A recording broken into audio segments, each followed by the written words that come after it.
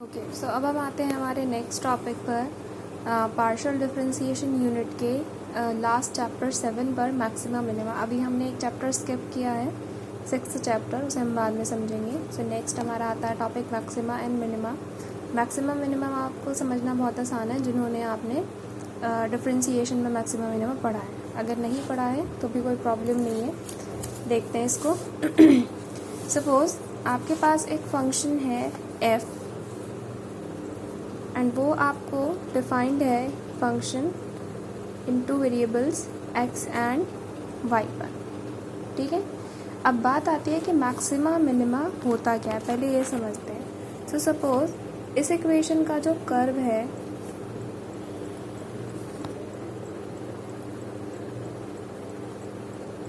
वो कुछ इस तरीके से है, ठीक है। सपोज इस साइड x वैल्यू, ये आपके एक्स वाई वेरिएबल्स हो जाएंगे। ये फंक्शन इस तरीके से आपका फ्लो कर रहा है, इसका ग्राफ कुछ इस तरीके से आ रहा है। सो अगर हम इस कर्व को देखें तो इसका हाईएस्ट पीक पॉइंट क्या है, वो है आपका ये पॉइंट, ठीक है, जो आपका हाईएस्ट पॉइंट है। और आपका लोएस्ट पॉइंट आपका क्या है, वो आपका ये, ठीक है, आपका ये लोएस्ट पॉइंट।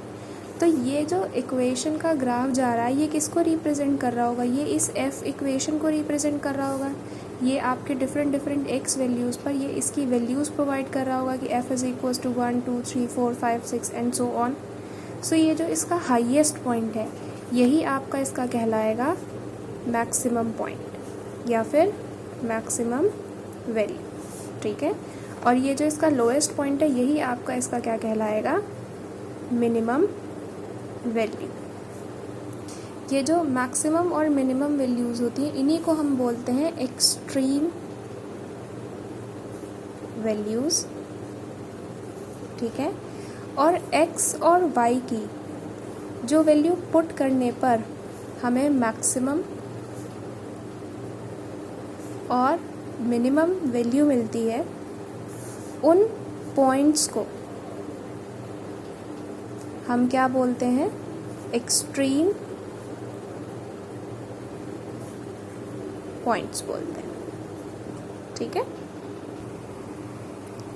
ठीक है, क्लियर है। एक बार और देखते हैं कि आपका फंक्शन जो मूव करता है उसका ग्राफ, तो उसका जो हाईएस्ट पीक पॉइंट होता है वो उस फंक्शन की रिप्रेजेंट करता है मैक्सिमम वैल्यू को, और x और y की जो वैल्यूज़ पुट करने पर हमें वो मैक्सिमम वैल्यू मिलती हैं, उन x y वैल्यूज़ को हम कहते हैं एक्सट्रीम पॉइंट्स, ठीक है, मैक्सिमम एंड वैल्यूज़ को, ठीक है। इतना क्लियर है। अब आता है इसमें नेक्स्ट पॉइंट कि हम किस तरीके से फाइंड आउट करते हैं। सो फाइंड आउट करने के लिए हमारे पास एक स्टेप है, क्योंकि हम पार्शियल डिफरेंशिएशन यूज़ कर रहे हैं। सो हम यहाँ पे पार्शियल डिफरेंशिएशन का मेथड अप्लाई करेंगे, नहीं तो हम इसे जनरल मेथड की हेल्प से भी कर सकते हैं। बिकॉज अब यहाँ पे प्रॉब्लम क्या है कि हमारा फंक्शन जो है वो डिफाइंड है इन 2 डिफरेंट वेरिएबल्स और 3 डिफरेंट वेरिएबल्स, लेकिन हमें काम करना है फॉर 2 डिफरेंट वेरिएबल्स।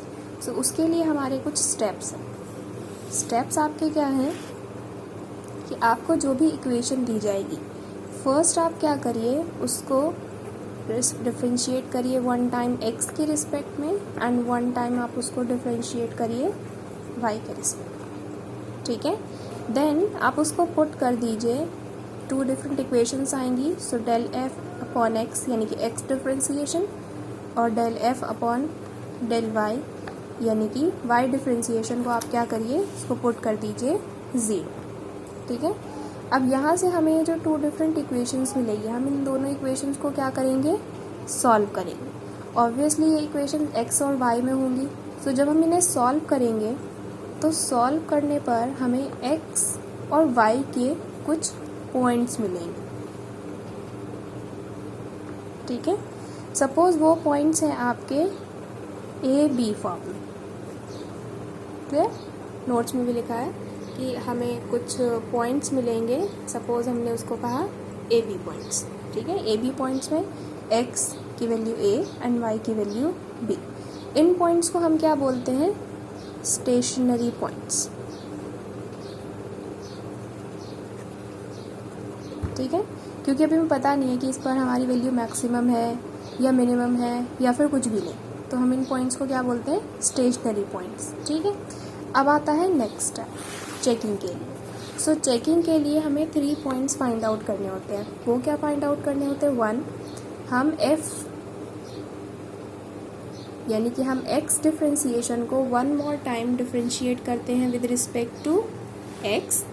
ठीक है, अगेन हम एक और पॉइंट लेते हैं, हम del f upon del y यानी कि y डिफ्रेंशिएशन को एक बार और डिफ्रेंशिएट करते हैं विद रिस्पेक्ट टू y।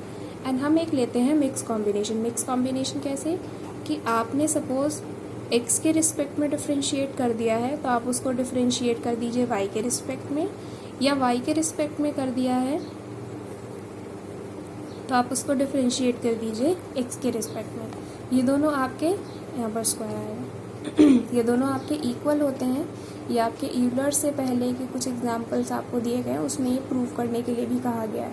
और पार्शियल डिफरेंशिएशन जहाँ से स्टार्ट हो रहा है, वहाँ जहाँ आपको डेरिवेटिव एक्सप्लेन करे गए, वहाँ भी ये पॉइंट आपको क्लियर करा गया कि ये दोनों टर्म्स जो होती हैं वो इक्वल होती हैं। अब यहाँ पे मैंने पहले लिखा एक्स स्क्वायर, उसके बाद लिखा वाई स्क्वायर, और उसके बाद लिखा कॉम्बिनेशन ऑफ एक्स वाई। इसका सीक्वेंस याद रखिएगा, पहले एक्स स्क्वायर, फिर मिक्स एक्स वाई या वाई एक्स, और फिर वाई स्क्वायर। इन 3 डिफरेंट टर्म्स को हम एक नेम दे देते हैं। सो हम x को कहते हैं r, मिक्स कॉम्बिनेशन को हम बोलते हैं s, और लास्ट 2 हम बोलते हैं t। इसीलिए मैंने इसको इस सीक्वेंस में लिखा, पहले एक्स स्क्वायर, फिर एक्स वाई, फिर वाई स्क्वायर। सो आर एस टी। अगर आप इसको मिसप्लेस कर देंगे तो ये सीक्वेंस आपको याद रखना होगा कि r means 2 times x, s means दोनों different, and t means 2 times y। अब हम इन तीनों r, s, t में क्या करते हैं, जो हमने स्टेशनरी पॉइंट्स फाइंड आउट किए हैं, हम वो पॉइंट्स पुट कर देते हैं। x, y की वैल्यू हम पुट कर देंगे क्या, a और b। ठीक है, सो आपके सारे वेरिएबल्स रिमूव हो जाएंगे और आपके पास इनकी कुछ वैल्यूज़ आ जाएंगी। अब हम उसके क्या करते हैं, टेस्टिंग करते हैं। हम करते हैं इसमें मल्टीप्लाई, हम लेते हैं r into T minus S square, यानी कि सिमिलर की मल्टीप्लाई माइनस डिफरेंट का स्क्वायर। याद रखना, सिमिलर की मल्टीप्लाई माइनस डिफरेंट का स्क्वायर। ठीक है, are T minus S square, और ये वैल्यू क्या होंगी जिसमें आपने ये पुट कर दिए हैं पॉइंट्स, ये इक्वेशन नहीं पुट करनी है। अब हमें क्या करना है, इसको चेक करना है। सो ये आपका इफ़ होता है ग्रेटर देन 0। ठीक है, अगर ये आपका होता है ग्रेटर देन 0 तो इसमें 2 पॉसिबिलिटी हम लेंगे। फर्स्ट, अब हम किसको चेक करेंगे, r को। इफ़ r आपका है ग्रेटर देन 0 यानी कि r आपका क्या है, पॉजिटिव, तो पॉजिटिव एक्चुअल में क्या होती है, ग्रेटर वैल्यू होती है। ठीक है, लेकिन मैक्सिमा मिनिमा में चलता है उल्टा उल्टा यानी कि आपका रिवर्स हो जाएगा। पॉजिटिव वैल्यू बड़ी होती है, लेकिन हम इसको कहेंगे कि देन आपका जो f है वो क्या है, मैक्सिमम, सॉरी मिनिमम है। ठीक है, अगेन आप करेंगे R T minus S square, and then अगर ये वैल्यू आती है ग्रेटर देन 0, उसके बाद आपको एक नेक्स्ट चेकिंग करनी है कि वैल्यू ऑफ r अगर आपकी होती है ग्रेटर देन 0 यानी कि पॉजिटिव, तो पॉजिटिव एक्चुअल में होती है आपकी पॉजिटिव यानी कि बड़ी वैल्यू, बट हम यहाँ मैक्सिमम मिनिमम में रिवर्स याद रखेंगे। तो अगर आपका r आता है पॉजिटिव, देन आपका फंक्शन जो है वो है minimum at points a b, because आपने a b पॉइंट्स पर आपने ये सब वैल्यूज़ रखी हैं। एंड सेकेंड ऑप्शन आपका क्या हो जाएगा, सेम कंडीशन पहले यही होनी चाहिए कि R T minus S square greater than 0, and then आपका क्या होगा, इफ़ r आपका है लेस देन 0 यानी कि नेगेटिव। अब नेगेटिव वैल्यू एक्चुअल में क्या होती है, स्मॉलर वैल्यू होती है, लेकिन हम यहाँ मैक्सिमम मिनिमम में रिवर्स करेंगे, then f is maximum at points a b। ठीक है, सो हमें पता चल जाएगा कि ए बी पर हमारा जो फंक्शन है वो मैक्सिमम है या मिनिमम है। पहले are T minus S square different का सिमिलर का मल्टीप्लाई डिफरेंट का स्क्वायर होना चाहिए पॉजिटिव, एंड पॉजिटिव होता है उसके बाद हम चेक करेंगे ओनली आर को, जो आप ऑलरेडी यहाँ फर्स्ट स्टेप में कैलकुलेट कर चुके हैं। ठीक है, तो अगर ये ग्रेटर देन 0 है तो positive function minimum, less than 0 है तो फंक्शन नेगेटिव मैक्सिमम। ठीक है, अब पॉसिबिलिटी ये भी है कि आपका फंक्शन हो सकता है ना ही मैक्सिमम हो ना ही मिनिमम। तो उसके लिए यहाँ से रेफर कर लेते हैं आपके नोट से। हमने ये 2 पॉइंट्स लिए ग्रेटर देन 0 लेस देन के, दोनों के लिए कंडीशन क्या होनी चाहिए थी, ये इक्वेशन आपकी होनी चाहिए थी greater than 0। But by chance अगर आपकी इक्वेशन आ जाती है लेस देन 0, देन आपका फंक्शन जो है वो ना ही मैक्सिमम होगा ना ही मिनिमम होगा, मतलब ना ही उसके पास कोई मैक्सिमम हाईएस्ट वैल्यू होगी और ना ही उसके पास कोई मिनिमम लोएस्ट वैल्यू होगी। एंड एक आता है आपका डाउटफुल केस, आपका ये रिलेशन इफ़ बाय चांस हो जाता है 0, तो ये आपका डाउटफुल केस है। तो इस प्रोसेस में आपको स्टार्टिंग से फिर से स्टेप्स अप्लाई करने हैं, लेकिन आपके सिलेबस में ऐसा कोई क्वेश्चन नहीं है। सो आपको ये स्टेप मिलेगा ही नहीं, मोस्ट प्रोबेबली आपको यही 2 स्टेप्स मिल जाएंगे, क्योंकि आपसे मैक्सिमम मिनिमम ही पूछा जाएगा। ठीक है।